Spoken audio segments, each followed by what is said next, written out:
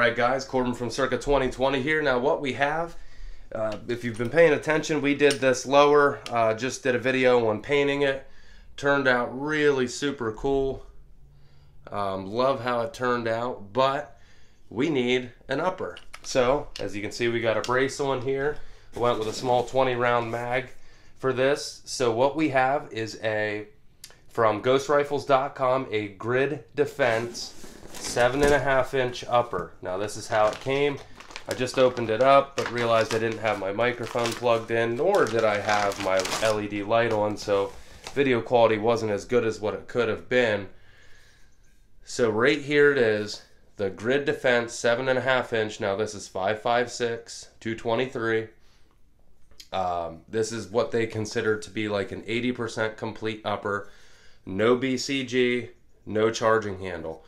But besides that, you're getting the barrel, you're getting the gas system, you're getting everything that you need. Throw a BCG and a charge handle in it, and you're ready to rock and roll.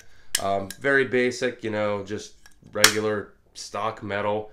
Dust cover, forward assist is stock, nothing fancy here. It does come with this nice M-lock handguard and just regular old A2 birdcage style compensator, flash hider on the end. I think it looks nice. Low profile gas block, stainless steel gas tube. Can't wait to get this thing torn down, because we're going to tear it down, we're going to paint it to match, and then we're going to marry these two guys together with the set of Strikeforce chrome takedown pins that I just put in this. And this thing's going to look pretty sweet when it's done. So I'm super excited, guys. Can't wait to show you. Can't wait to take you along. We're going to probably finish up the painting today. So be on the lookout for another video here soon. But this is the Grid Defense 7.5 inch AR-15 upper in 5.56 223 from ghostrifles.com. This is Corbin from Circa 2020. We'll catch up with you soon. So we're going to tune in here a little bit more when I spray the handguard, because that's going to be a pretty awesome thing. But this is how we're doing the upper. I felt like it would give me, actually, to keep the barrel on and just tape it all up nice and neat, to have something more to grab a hold of when painting it, instead of hanging it and let it blowing around and stuff. So I think it's turning out great. Can't wait to see what this thing looks like. We're going to finish this up, and then I'm going to go set up everything for the handguard. Alright, so again, something we're going to do here is just give this thing a nice solid bath with non-chlorinated brake clean. Real good, especially get around where it meets the barrel area, because that's where most of your oils from the factory are going to be. Not so much out here on the end. That's probably good there. So we'll go ahead, and then we're going to tape up the top Picatinny rail, and I'll explain why. We'll see you in a second. Alright guys, so we got the handguard here prepped. Now, one thing that I like to do on any AR or any firearm that I paint, any kind of site, any high traffic area, I'm going to tape it off. So the Picatinny rail, all the way down to where it meets the rest of it, that is going to stay black. That is taped off.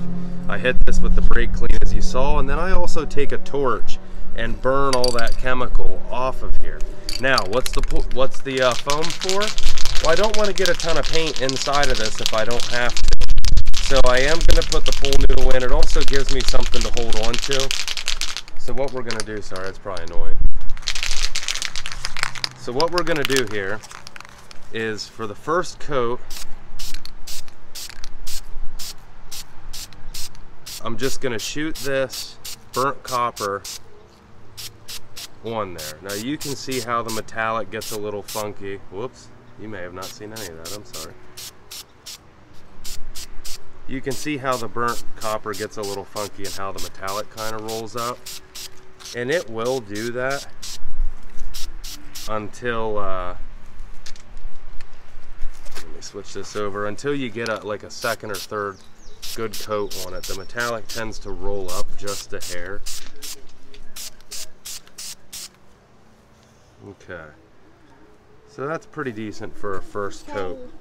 So we're going to go ahead and let that dry, let that tack up, and then I'll show you how we're making the pattern here next.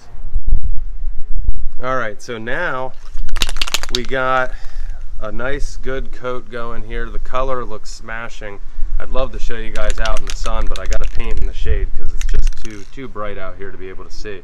So now what we're going to do is we're going to take our gold here and we're going to go right down the middle with that. So we just bombed our gold on. You don't have to get it because with the gold we're not looking for a complete coverage, it's just an accent color. So again, we're gonna go, I hate that gold likes to spray a little bit.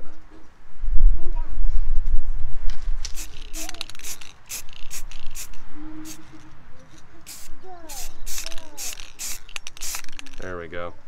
That was kind of complicated because this can's starting to pitter out on us and we're getting a little bit of a spray. So now we're going to let this gold go ahead and, I mean, I think doing a whole firearm that color would be absolutely cool, but we're going to let this gold, this is just an accent mid-layer color, we're going to let this gold dry up and then we'll come back and I'll show you how we're going to make it look super cool. So someday I badly want to do a whole firearm in this gold because I think it just looks sweet. Now, here we go. We're gonna show you how we do the pattern. If you get a little chipping in the gold down there, it's not the end of the world because we're gonna go right over this and then we're gonna only make the pattern a very small portion of the firearm. So we're gonna lay that right over top of it.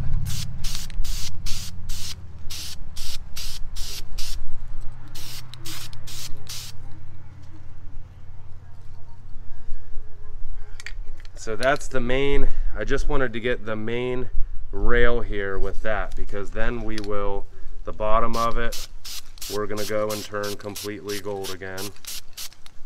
And the top of it, gotta watch how low I get down here. We're gonna go completely to the orange, sorry, not the gold. And then through this, we're gonna have the pattern, and then probably on the very front here I'll hammer that completely orange as well, so it kind of fades from highly speckled to solid orange back on the front of the barrel.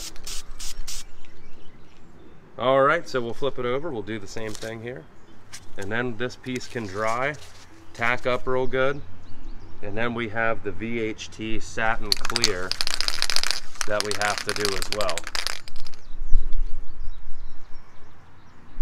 So again, we're just going to lay that right over it. Try to lean it towards us a hair here to make it easier to spray. Oh no! Well, actually, that's probably going to work out. Well, maybe not as good as I would have liked it to. Whenever you lay this mesh back over again, you really got to be mindful of where exactly it's going and try to get it lined up as best you can. That looks pretty good there.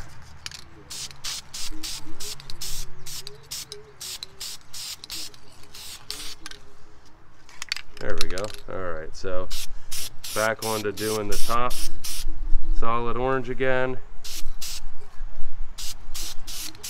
Doing the bottom solid orange, and then the front of the handguard, we're gonna blast that solid orange as well, and then just make sure the rest of it looks pretty good.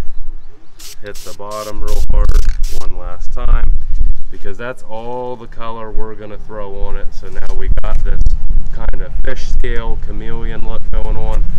And no, it's not perfect.